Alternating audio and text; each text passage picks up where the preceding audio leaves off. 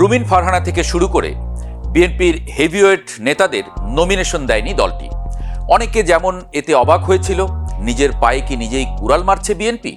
অনেকে আবার নিশ্চিত ছিলেন যে বিএনপির এটা কৌশলই ছিল, যাতে সেই হেভিওয়েট প্রার্থীরা স্বতন্ত্র হিসাবে নির্বাচন করে জয়ী হয়ে পরে আবার মূল দল অর্থাৎ বিএনপিতে যোগ দিতে পারে। মাঝখান থেকে মিত্রদেরকে বোঝানো গেল আমরা চেষ্টা করেছিলাম, কিন্তু দিন শেষে সেই বিদ্রোহী প্রার্থীরাই হয়েছে এখন বিএনপির গলার কাঁটা।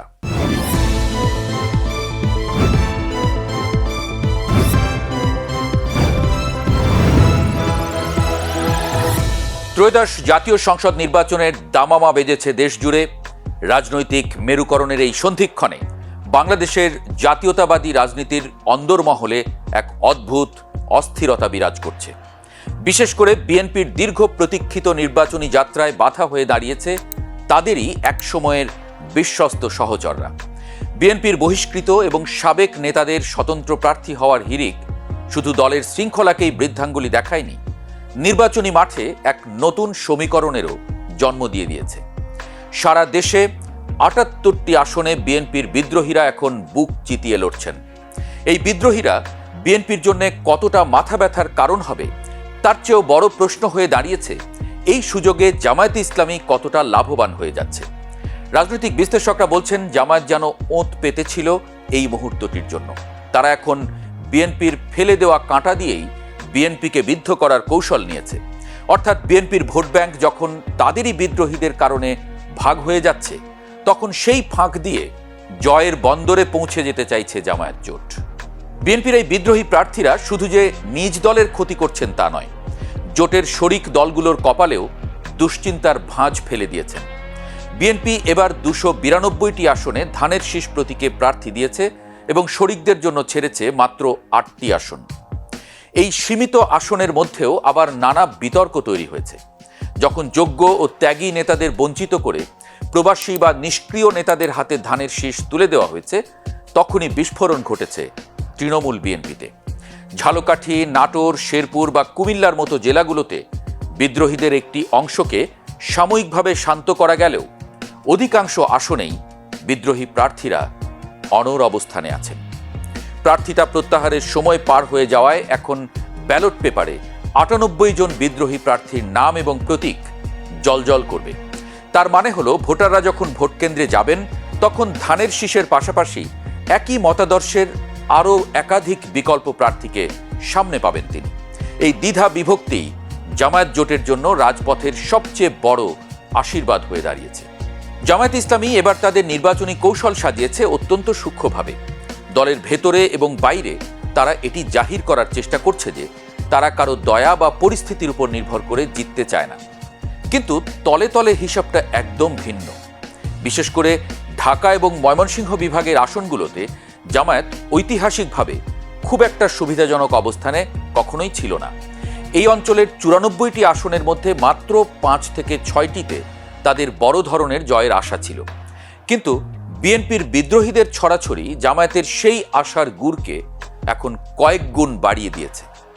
এই দুই বিভাগের ৩৫টি আসনে বিএনপির বিদ্রোহীরা নিজেদের জয় নিশ্চিত করতে না পারলেও ধানের শীষের অন্তত ১৫ থেকে ২০% ভোট কেটে নেবেন এটি প্রায় নিশ্চিত। আর এই পরিমাণ ভোট কমলেই জামায়াতের প্রার্থীরা মূল প্রতিদ্বন্দ্বিতায় চলে আসবেন। জামায়াত নেতারা এটাকে গণতান্ত্রিক প্রতিযোগিতা বলে আখ্যা দিলেও মাঠ পর্যায়ে তাদের কর্মীদের মধ্যে এক ধরনের চাপা উল্লাস লক্ষ্য করা যাচ্ছে। তারা মনে করছেন বিএনপির ঘরের ঝগড়া তাদের জন্য কুদরতি সুযোগ বয়ে এনেছে। বিএনপির অভ্যন্তরে এই বিদ্রোহের আগুন কেন নেভানো গেল না তা নিয়ে দলের হাইকমান্ডের মধ্যে চরম অস্বস্তি কাজ করছে। তৃণমূলের অভিযোগ, কেন্দ্র থেকে অনেক ক্ষেত্রে পকেট কমিটি এবং আশীর্বাদ পুষ্টদের মনোনয়ন দেওয়া হয়েছে, যারা বছরের পর বছর জেল জুলুম সহ্য করেছেন, রাজপথে লড়াই করেছেন। তাদের মূল্যায়ন না করে উটকো নেতাদের গুরুত্ব দেওয়ায় ক্ষোভের অনল ছড়িয়ে পড়েছে। এই ক্ষুব্ধ নেতারাই এখন স্বতন্ত্র ব্যানারে মাঠে নেমেছেন। তারা শুধু নির্বাচনই করছেন না, বরং বিএনপির প্রাতিষ্ঠানিক ভোট ব্যাংক ভেঙে নিজেদের দিকে টেনে নিচ্ছেন। এতে করে বিএনপি মনোনীত প্রার্থীরা একদিকে যেমন রাজপথের প্রতিপক্ষকে মোকাবেলা করছেন, অন্যদিকে ঘরের ভেতরেই ছায়া যুদ্ধ লড়তে হচ্ছে তাদের। নজরুল ইসলাম খানের মতো হেভিওয়েট নেতারা বিষয়টিকে জনপ্রিয়তার লড়াই বলে হালকা করার চেষ্টা করলেও বাস্তবের জমিন বিএনপির জন্য ক্রমশ পিচ্ছিল হয়ে উঠছে। জামায়াত ঠিক এই জায়গাতেই নিজেদের শক্তির সংহতি ঘটাচ্ছে। দেশের পশ্চিমাঞ্চলে জামায়াতের প্রভাব চিরকালই বেশি ছিল। রংপুর, রাজশাহী এবং খুলনা বিভাগের 108টি আসনের মধ্যে তারা 101টিতে সরাসরি প্রতিদ্বন্দ্বিতা করছে। এই অঞ্চলটি জামায়াতের কাছে তাদের প্রধান দুর্গ হিসেবে পরিচিত। তবে এই দুর্গ আরও বেশি শক্তিশালী হয়েছে বিএনপির অভ্যন্তরীণ কোন্দলের কারণে। রংপুর বিভাগের 33টি আসনের 4টি এবং খুলনার 36টি আসনের 11টিতে বিএনপির বিদ্রোহী প্রার্থীরা এখন সক্রিয়।